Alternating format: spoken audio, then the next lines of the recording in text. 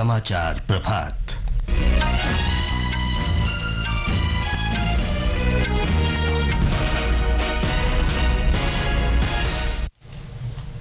प्रधानमंत्री नरेंद्र मोदी और बांग्लादेश के प्रधानमंत्री शेख हसीना के बीच आज नई दिल्ली में वार्ता। दोनों देशों के बीच कई समझौतों पर हस्ताक्षर होंगे।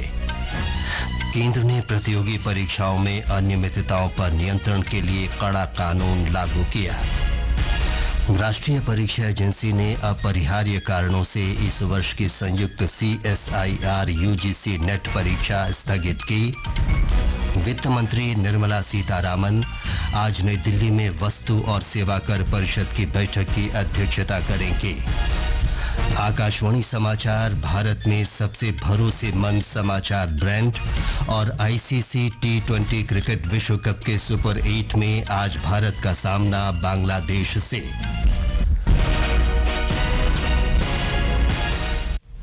समाचार प्रभात के साथ मैं विमलेंदु पांडे। बांग्लादेश की प्रधानमंत्री शेख हसीना आज प्रधानमंत्री नरेंद्र मोदी के साथ द्विपक्षीय बैठक करेंगे। हमारी संवाददाता ने बताया है कि बैठक के दौरान दोनों देशों के बीच विभिन्न क्षेत्रों में अनेक समझौतों पर हस्ताक्षर किए जाएंगे।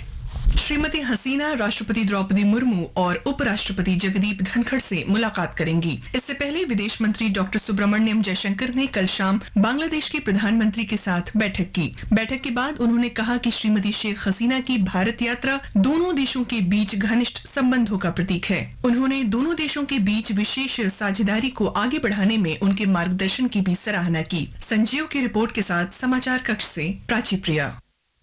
वित्त और कारपोरेट कार्य मंत्री निर्मला सीतारामन आज नई दिल्ली में वस्तु और सेवा कर GST परिषद की 53वीं बैठक की अध्यक्षता करेंगे।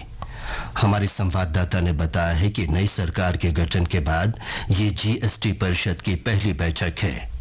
GST परिषद की अंतिम बैठक पिछले वर्ष 7 अक्टूबर को हुई थी। इस दौरान परिषद ने कई निर्णय लिए थे। GST परिषद ने प्रस्तावित GST अपीली न्यायाधिकरणों के अध्यक्ष और सदस्यों की नियुक्ति की शर्तों में पात्रता और आयु के संबंध में संशोधन की सिफारिश की थी। परिषद ने बाजरे के आटे से तैयार भोजन पर कर नहीं लगाने की सिफारिश की थी। परिषद ने गुड़ पर GST को 28% से घटाकर 5% करने का निर्णय लिया था, जिससे गन्ना किसानों को बकाया राशि के तेजी से भुगतान के लिए राहत मिले और पशु चारा निर्माण की लागत में कमी आए। भूपेंद्र की रिपोर्ट के साथ समाचार कक्ष से चंद्रशेखर शर्मा।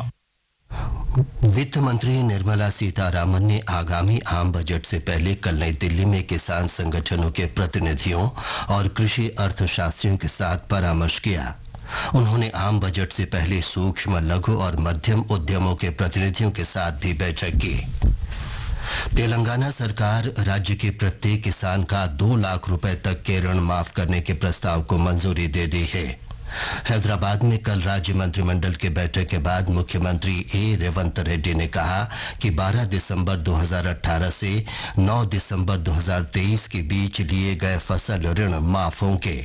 उन्होंने बताया कि सरकार जल्दी ही ऋण की माफी के लिए पात्रता मानदंड पर दिशा निर्देश जारी करेगी। केंद्र ने प्रतियोगी परीक्षाओं में कदाचार और अनियमितताओं पर नियंत्रण के लिए कड़ा कानून लागू कर दिया है। इसमें दोषियों को अधिकतम 10 वर्ष के कारावास की सजा और 1 करोड़ रुपए तक के जुर्माने का प्रावधान है। आधिकारिक अधिसूचना में कार्मिक मंत्रालय ने कहा है कि कानून के प्रावधान आज से लागू हो गए हैं। एक रिपोर्ट। सार्वजनिक परीक्षा अनुचित साधन रोकथाम विधेयक 2024 संसद से पारित होने के बाद राष्ट्रपति द्रौपदी मुर्मू ने 12 फरवरी को इस विधेयक को मंजूरी दी थी। संघ लोक सेवा आयोग, कर्मचारी चयन आयोग, राष्ट्रीय परीक्षा एजेंसी NTA, रेलवे भर्ती बोर्ड, बैंकिंग भर्ती परीक्षा निकायों और अन्य सार्वजनिक परीक्षाओं में अनुचित साधनों को रोकने के लिए ये अधिनियम बनाया गया है। इसमें धोखाधड़ी रोकने के लिए न्यूनतम 3 से 5 साल की कैद का प्रावधान है। साथ ही धोखाधड़ी के साथ संगठित अपराधों में शामिल लोगों को 5 से 10 साल की कैद और न्यूनतम 1 करोड़ रुपए का जुर्माना देना होगा। समाचार कक्ष से शक्ति प्रताप सिंह। इस वर्ष की संयुक्त CSIR UGC नेट परीक्षा अपरिहार्य परिस्थितियों के कारण स्थगित कर दी गई है। ये परीक्षा मंगलवार से बृहस्पतिवार के बीच होनी थी।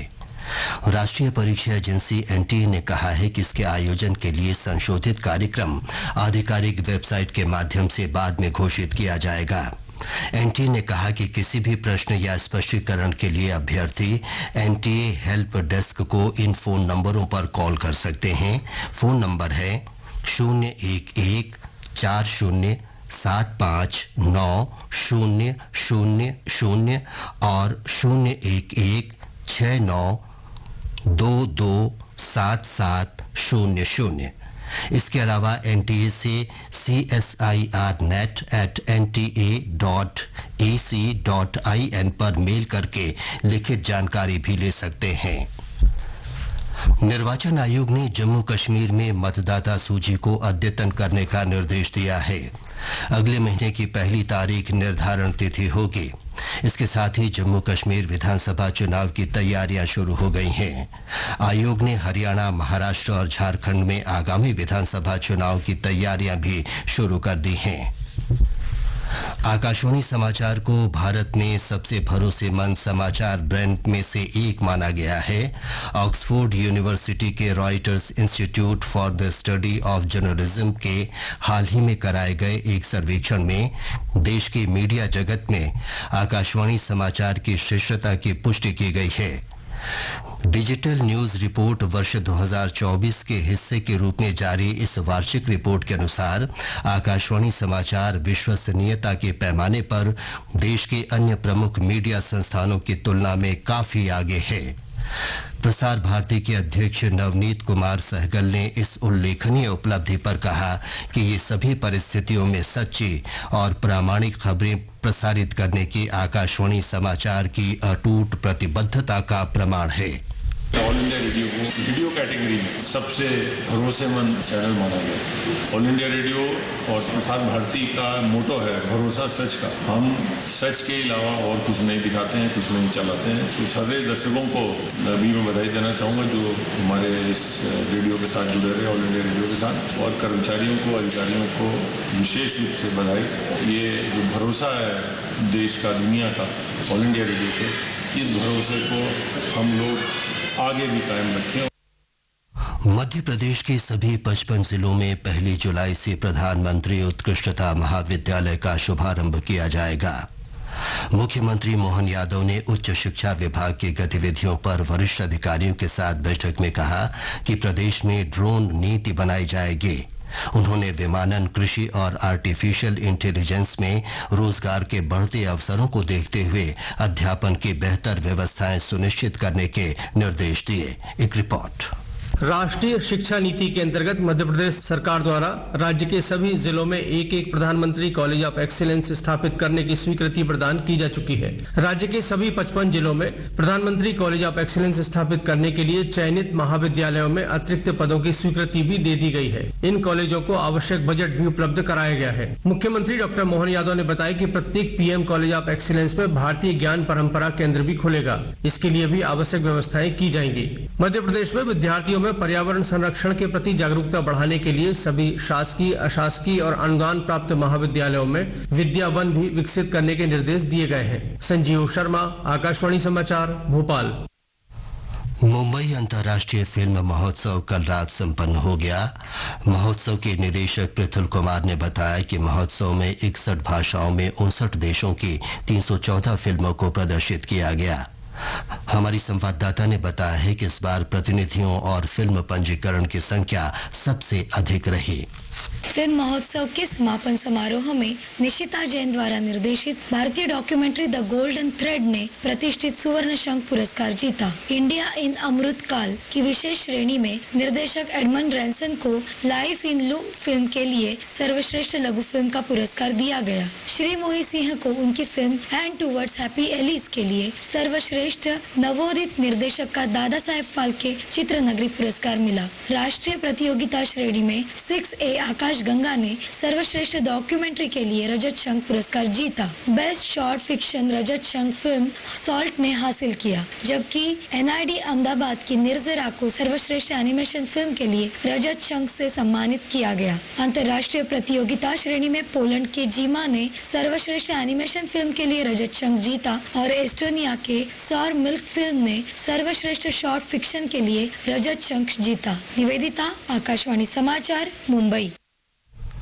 असम के कामाख्या मंदिर में प्रसिद्ध अम्बुबाची मेला आज से शुरू हो गया है।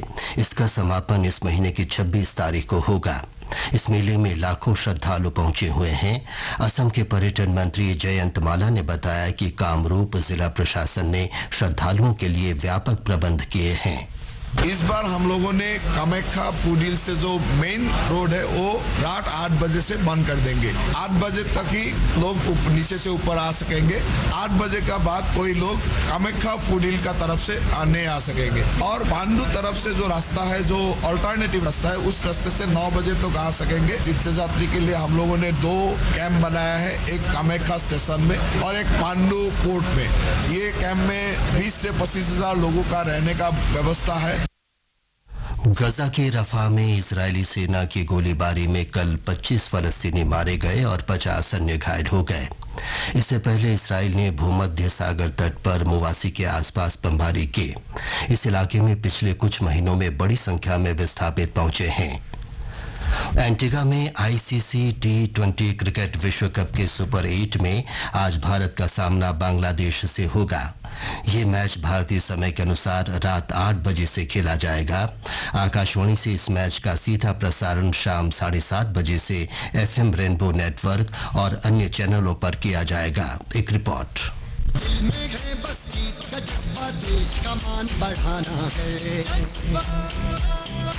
पिछले मैच में भारत ने अफगानिस्तान को 47 रन से हराया था, जबकि बांग्लादेश को अपने अंतिम मैच में ऑस्ट्रेलिया से 28 रन से हार का सामना करना पड़ा था। इस बीच कल सुपर 8 के एक रोमांचक मुकाबले में दक्षिण अफ्रीका ने इंग्लैंड को 7 रन से हरा दिया। सेंट लूसिया में जीत के लिए 164 रन के लक्ष्य के जवाब में मौजूदा चैंपियन इंग्लैंड की टीम निर्धारित 20 ओवर में 6 विकेट पर 156 रन पर ही सिमट गई। पहले बल्लेबाजी करते हुए दक्षिण अफ्रीका ने 20 ओवर में 6 विकेट पर 163 रन बनाए। क्विंटन डिकॉक ने 38 गेंद में 65 रन की शानदार पारी खेली। क्विंटन डिकॉक को प्लेयर ऑफ द मैच चुना गया। मुकेश कुमार, आकाशवाणी समाचार, दिल्ली।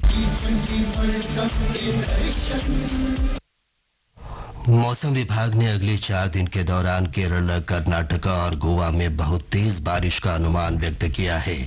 गुजरात, महाराष्ट्र, लक्षद्वीप, आंध्र प्रदेश, तेलंगाना, तमिलनाडु और पुदुचेरी में गरज के साथ मध्यम बारिश हो सकती है। और अब समाचार पत्रों की सुर्खियों के साथ हैं आकर्षिता सिंह। धन्यवाद विमलेंदु जी। अंतर्राष्ट्रीय योग दिवस पर देश विदेश में अनेक कार्यक्रम, अखबारों की बड़ी खबर है। अमर उजाला का शीर्षक है, दुनिया में उभर रही नई योग अर्थव्यवस्था। साधना की भूमि कश्मीर से दुनिया को प्रधानमंत्री नरेंद्र मोदी का योग की ऊर्जा का संदेश। जनसत्ता लिखता है, जम्मू कश्मीर में विधानसभा चुनाव की तैयारियां शुरू। झारखंड, महाराष्ट्र और हरियाणा में मतदाता सूची पर भी कार्य आरंभ। मतदाता सूची को अद्यतन करने का निर्देश। दैनिक भास्कर की सुर्खी है, परीक्षाओं में नकल और गड़बड़ी पर रोक का केंद्रीय कानून आज से लागू। कदाचार और अनियमितता पर अधिकतम 10 साल की जेल और 1 करोड़ रुपए जुर्माने का प्रावधान। दैनिक जागरण की खबर है, केंद्र ने तय की दाल की भंडारण सीमा। बढ़ती कीमतों को थामने और बढ़ती जमाखोरी पर उठाया कदम। अरहर, चना और काबुली चना पर तय होगी भंडारण की सीमा। अंत में मुख्य समाचार एक बार फिर।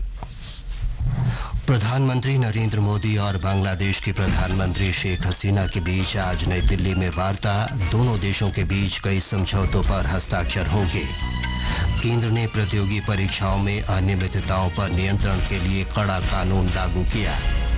राष्ट्रीय परीक्षा एजेंसी ने अपरिहार्य कारणों से इस वर्ष की संयुक्त CSIR UGC नेट परीक्षा स्थगित की। और वित्त मंत्री निर्मला सीतारामन आज नई दिल्ली में वस्तु और सेवा कर परिषद की बैठक की अध्यक्षता करेंगे। इसके साथ ही समाचार प्रभात का ये अंक समाप्त हुआ। नमस्कार।